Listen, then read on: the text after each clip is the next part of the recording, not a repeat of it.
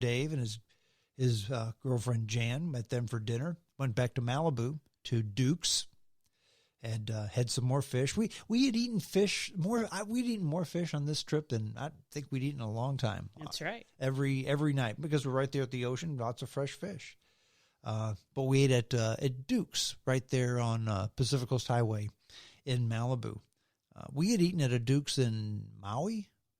I think it was Big Island? Kona. I think you're right. But if I remember, it's about the same as the same decor, same. But had a nice visit with them, and we went back to the hotel, and just a word about being in Los Angeles. And I always bring my radio along with me, and I was excited about listening to KFI, which is the big station there in Los Angeles, on the AM radio. And I listen to it quite often on the internet. And you said, what's the difference if you're listening on the radio or on the internet? There's a big deal. There's a big difference. Anytime I'm on the West Coast, I love to try to get KFI on the AM radio, because there's just something about the scratch and the static and the local commercials, because you don't quite often get the local commercials on the internet. You get the internet commercials and then the national commercials, but you don't get the local commercials. But that was a highlight of the trip too. The fact I got to listen to California radio on the AM radio, not on the internet. Well, I'm just glad you had headphones. I don't know why you didn't want to listen to it. It was amazing radio, but you didn't want to listen. But that's fine. We talked about the Beverly Hilton. I mean, it's a fantastic hotel built in the 50s, old Hollywood feel. They used to have a Trader Vic's there in the lobby, but then you have since changed that to a Circa 55 is what they call it now. But you can get drinks, you can get poolside food, you can get your breakfast. That's where we ate our breakfast in the morning. And that's what surprised me about that Circa 55. When we checked in, they told us that we would be, I guess, a portion $20 per person per day. Yeah. For our meals, our drinks, whatever we chose. Typically, we're accustomed to getting breakfast with our hotel room. In this case, we were basically given an allowance. Correct. So our allowance was $80. And at first I thought that was fantastic, because the way breakfast normally works there at that hotel is I'm Lifetime Diamond, so I get a free continental breakfast. It's more than that, but it's the cold breakfast. You can get cheese and oatmeal, cereal, bagels, that type of thing. Yogurt, juice. You can get all that. Toast. If you want bacon, eggs, omelets, that type of thing, it's an upgrade. It was like for an extra $8.50, you get the bacon, eggs, and omelet. I'm thinking, well, okay, that's great. I asked him, do we get the free breakfast too? He said, no, in lieu of free breakfast, you get this $80 voucher. So I'm thinking, wow, we're going to make out like bandits here. Yeah, or so we thought. Yeah. Breakfast the first morning for two, $80. So that's all we got was one breakfast. I mean, but it was fantastic. It was a great breakfast. It was. Yeah, it was good. It was. I had smoked salmon, yogurt, cheese. I don't know that I've ever had better coffee. It was wonderful. Yeah. The grapefruit juice was fresh squeezed too. It was very good. Yeah. So an $80 breakfast that came free with the hotel. You know what? We had the experience. It was free, fun. only $80. That's right. It was free, only $80. But after breakfast, we went to mass. What was the name of the church there? Church of the Good Shepherd. Church of the Good Shepherd. It was on Roxbury. The corner of Roxbury and Santa Monica Boulevard. Okay. Yeah, because it was on North Santa Monica. The Nasha Beverly Hills was on South Santa Monica. Because if you notice, Santa Monica's split. It used to be both ways, but they split it down the middle, and it's just North Santa Monica and South Santa Monica, Highway 2. The very last of the Route 66 is California Highway 2, Santa Monica Boulevard. But went to mass there. Nice old church. I guess it was old. It wasn't ancient. It wasn't ancient. But The thing about going to Mass in a place like Beverly Hills, or we saw the same thing when we went in Las Vegas, is that you have entertainers who go there. And so the choirs are unbelievable. It was amazing. You have professional singers in the choir. And that was very nice. Walked back from Mass, went and just relaxed by the pool, took a nap, read a book, went for a walk. Then we had our last dinner was Lowry's of Beverly Hills, where I love to go. I have the prime rib there. It was good. It was. And if you've never been to a Lowry's, if you get a chance, try it.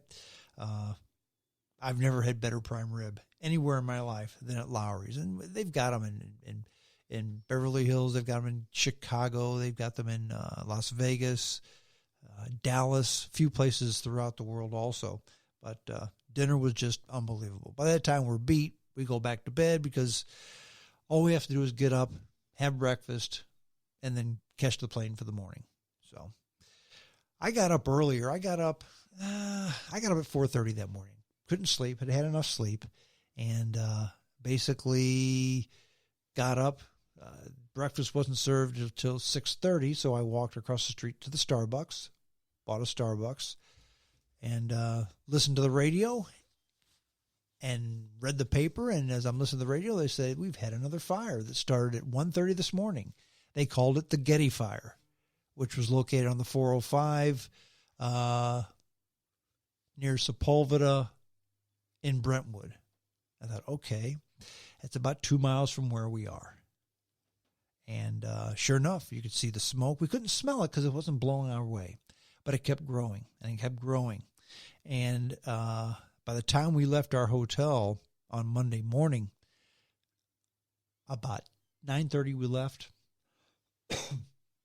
they had closed the 405 at Sepulveda, which is just 2 blocks north of our exit. 2 exits. 2 exits north of where we were. But it didn't affect us. Basically, we got on and went south, and because north of us was closed, the 405 was basically empty.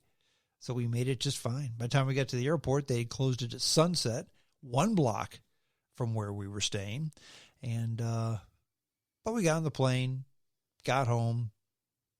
Life was good.